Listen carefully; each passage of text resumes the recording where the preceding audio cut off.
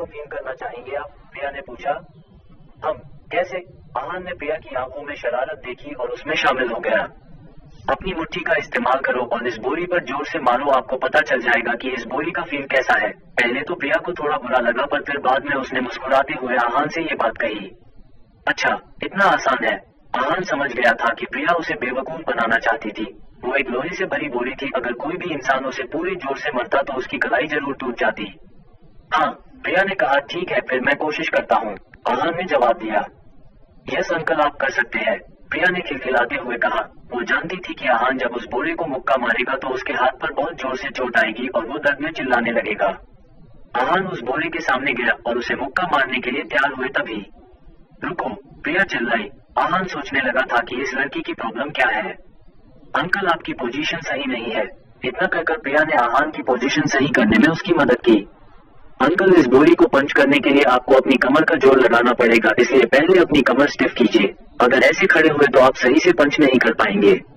ये सुनकर आहान का मुंह बन गया। प्रिया जो करने के लिए कह रही थी उसकी वजह से उसे बहुत चोट आ सकती थी। ठीक है अंकल, अब पंच कीजिए, प्रिया ने कहा और मन में सोचा अब तो ये सीधा हॉस्पिटल में ही उठेगा। अगर मैं तुमसे कहूँ कि मैं ये बोरा हिला सकता हूँ तो तुम मान जाओगी? आहान ने पूछा। अंकल, आप मजाक करना बंद करेंगे? इसका वजन 500 किलोग्राम है। मैंने आपसे इसे पंच करने के लिए नहीं कहा था, बस हाथ लगाकर फील करने के लिए कहा था, प्रिया ने अपनी आंखें घुमाते हुए कहा। प्रिया ये भी कहना चाहती थी कि वहाँ का सबसे पुराना और ट्रेन मार्शल आर्टिस्ट इस बोरी को नहीं हिला पाया था, तो फिर उसके जैसा साधारण आदमी ये कैसे कर सकता था, पर वो चुप रही। और अगर मैंने ऐसा कर दिया तो? आहान ने पूछा। अगर आपने ऐसा कर दिया तो अपनी सजा मैं आप पर छोड़ती हूँ। प्रिया ने ये बात कह तो दी थी, पर फिर ये सोचकर रिग्रेट करने लगी कि अगर इसने बोरा हिला दिया तो वो उसे क्या सजा देगा। पक्का? आहान ने फाइनली पूछा। हाँ पक्का। कहीं ना कहीं प्रिया को विश्वास था कि वो ऐसा नहीं कर पाएगा। ठीक है, फिर बाद में पछताना मत, आहान के इतना कहा और बोरे को पंच करने के लिए तैयार हुए। तुम पोजीशन में? प्रिया अपनी बात पूरी कर पाती उससे पहले ही आहान ने पंच करके उसे हिला दिया था। ये देखकर बाकी के शब्द प्रिया के गले में ही रह गए। प्रिया अपनी आंखें मलते हुए एक बार आहान को देख रही थी और एक बार इस लोहे से भरे बोरे को। ये कैसे हो सकता था? जो वहां से ट्रेंड आर्टिस्ट नहीं कर पाए थे वो एक साधारण इंसान ने कर दिया था। प्रिया बार बार उसी बोरे को देख रही थी जो अभी तक भी हिल रहा था। ये देखकर प्रिया तुरंत बोली, मैं पहले ही बता देती हूँ कि भले आप जीत गए हैं पर आप मुझसे ऐसा वैसा कुछ नहीं करवा सकते। मैं बहुत स्ट्रांग लड़की हूँ और अगर आपने कोई शर्मनाक बात की तो मैं आपको बता दूं कि मैं मार्शल आर्ट में ट्रेंड हूँ। आहान के चेहरे का रंग बदल गया था। वो मन ही मन सोच रहा था, ये लड़की कितनी अजीब है।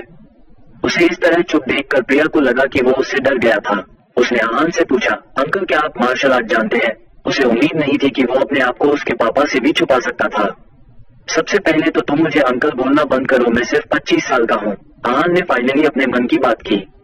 तो क्या हुआ, तब भी आप मुझसे 6 साल बड़े हैं, मैं आपको अंकल बोल सकती हूँ, प्रिया ने कहा। तो बताइए आप स्टेज 1 के कौन से लेवल पर है, सेकंड या फाइनल? प्रिया को पता था कि वो फर्स्ट लेवल पर नहीं हो सकता था। आहान ने ना में अपनी गर्दन हिला दी। वो जब 17 साल का था तब उसने स्टेज 1 पार कर लिया था और अब वो स्टेज 2 पर था। जब प्रिया को ये पता चला तो उसकी आंखें खुली की खुली रह गई। वो सोच रही थी कि क्या आहान स्टेज 2 का मार्शल फाइटर है। अब आहान कैसे रिएक्ट करेगा? क्या आहान प्रिया को सच बताएगा? 500 किलो की लोहे से भरी बोरी को हिलाना आसान नहीं था। स्टेज 1 पर ट्रेन करने वाले लोग इतना भारी बोरा नहीं हिला सकते थे। प्रिया बहुत उलझी हुई थी। आहान सिर्फ 25 साल था, इसलिए उसका स्टेज 2 पर होने का मतलब था कि वो एक ऐसे इंसान से बात कर रही थी और हजारों साल में एक बार आता। उसके पिता ने उसे बताया था कि ऐसा कोई मिलना बहुत मुश्किल था। मनाली का सबसे ताकतवर मार्टिकल आर्टिस्ट 28 साल का था जो कि 100 साल पहले आया था, तो आहान की उम्र तो सिर्फ 25 साल ही थी। अंकल तो फिर क्या आप मार्शल आर्ट के स्टेज 2 पर है? प्रिया ने अपनी आंखें झुकाते हुए सवाल किया। आहान ने इस बात पर भी अपनी गर्दन ना में हिला दी थी। वो 3 साल से गिल परिवार के साथ अपनी पहचान छुपाते हुए रह रहा था। इन 3 सालों में उसने कुछ खास नहीं किया था, पर फिर भी उसने बहुत कुछ सीखा था और अलग अलग प्रॉब्लम से लड़ते लड़ते उसकी अच्छी ग्रोथ भी हुई थी। इसलिए उसने अभी भी अपनी पहचान छुपाना ही ठीक समझा। ये कैसे हो सकता है? आप स्टेज 1 के फाइनल लेवल पर भी नहीं है और स्टेज 2 पर भी नहीं है, तो फिर आपने इस बोरे को हिलाया कैसे? आप में ऊपर वाले की दी हुई कोई महाशक्ति है क्या? प्रिया ने कहा। दिलीप ने उसे बताया था कि कुछ लोग ऐसे होते हैं जिनमें बिना ज्यादा मेहनत किए भी बहुत ताकत होती है। इस बात पर आहान ने कुछ नहीं बोला, बस प्रिया की तरफ देखकर मुस्कुराने लगा। आप ऐसे मुस्कुरा क्यों रहे हैं? प्रिया ने सवाल किया। कुछ नहीं, तुम्हें जो ठीक लगे तुम वो समझ सकती हो मेरे बारे में, आहान ने कहा। प्रिया ये बात सुनकर बहुत कंफ्यूज हो गई थी। वोटेवर मैंने 18 की एज में ही स्टेज 1 का लेवल पास कर लिया था और अगर ऐसा ही रहा तो मैं जल्दी ही स्टेज 2 पर पहुंच जाऊंगी और 26-27 मार्शल आर्ट एक्सपर्ट बन जाऊंगी। इसलिए ये मत समझना कि मैं कमजोर हूँ, मुझसे पंगा मत ही लेना, प्रिया ने एटीट्यूड में चुटकी बजाते हुए कहा। प्रिया जो कह रही थी वो इतना आसान नहीं था। स्टेज 2 में आने के बाद लोगों को एक्सपर्ट बनाने में सालों लग जाते हैं। आहान वहां तक इसलिए पहुंच पाया था क्योंकि उसके गुरु मार्शल आर्ट की दुनिया में सबसे बड़ा नाम था। उन्होंने अपना हर लेवल बहुत शिद्दत से पार किया था और सब उनकी बहुत रेस्पेक्ट करते थे। इसलिए प्रिया की बात सुनकर आहान को हंसी आ गई। उसने प्रिया की तरफ देखा और कहा, अच्छा तो तुम्हें एडवांस में ही बधाई दे दूं? नहीं, उसकी कोई जरूरत नहीं है, पर हाँ जब मैं स्टेज 2 पर पहुंच जाऊंगी और आपसे मिलूंगी तो मैं आपको प्रोटेक्ट जरूर करूंगी, प्रिया ने हंसते हुए ये बात कही। ठीक है, फिर ये डील रही।